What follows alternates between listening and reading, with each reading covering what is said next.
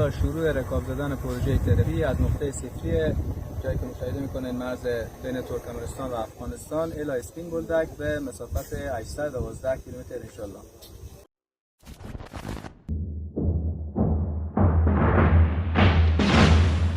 حامیان دین جمله سر به کف، دشمنان دین آمدن به صف، جملگی به پیش خط احمدی، وعده شما عدم بردگی. سیف ذوالفقار با قوای خیش، سوی حق به پیش، سوی حق به پیش.